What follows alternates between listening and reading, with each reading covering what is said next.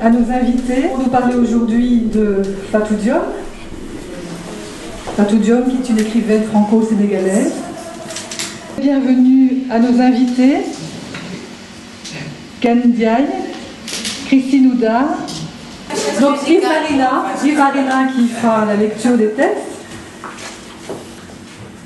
Vous parlerez aujourd'hui, il me semble, de la culture sérère et de la place de la femme dans cette société sérère dans laquelle a grandi Fatou Diom. Entre autres, vous allez parler de ça, entre autres. Merci.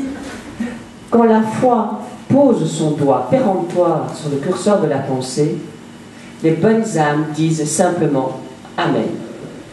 Deux mères, Aram et Bounia, ainsi que deux épouses, Daba et Kumba, attendent leurs fils et maris, Lamine et Issa, partis depuis 7 ans en Europe où ils sont clandestins. Avec elles, nous apprendrons tout du poids des traditions et de la culture qui pèse sur elles, tout des rapports entre les hommes et les femmes, tout ce qui fait la spécificité de cette vie-là. À la maison, la jeune Kumba s'affairait dans la cuisine et pensait à son mari. Issa n'était plus là pour faire briller ses yeux. Mais elle devait continuer à jouer son rôle dans cette grande famille.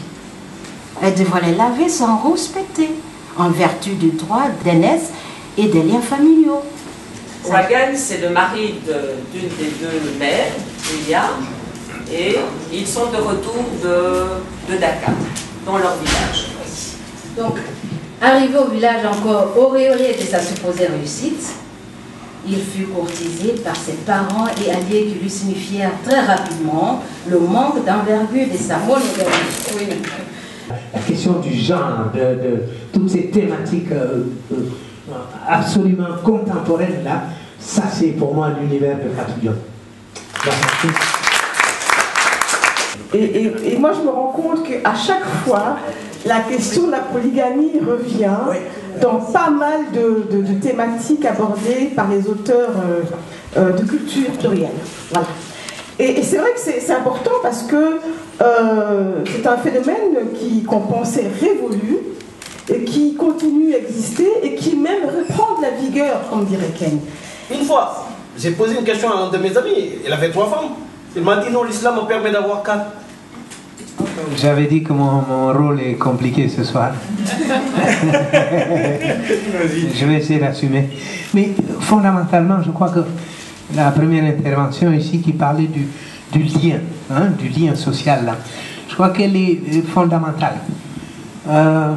Il y a des mutations extrêmement importantes, nous en sommes tous conscients, je crois, qui sont à l'œuvre en Afrique, quand on parle d'Afrique, et qu'on tente une généralisation. J'ai beaucoup discuté avec beaucoup de jeunes filles, de jeunes femmes, qui disent, bon, ok, je vais accepter la polygamie. Mais, ça se paie cher.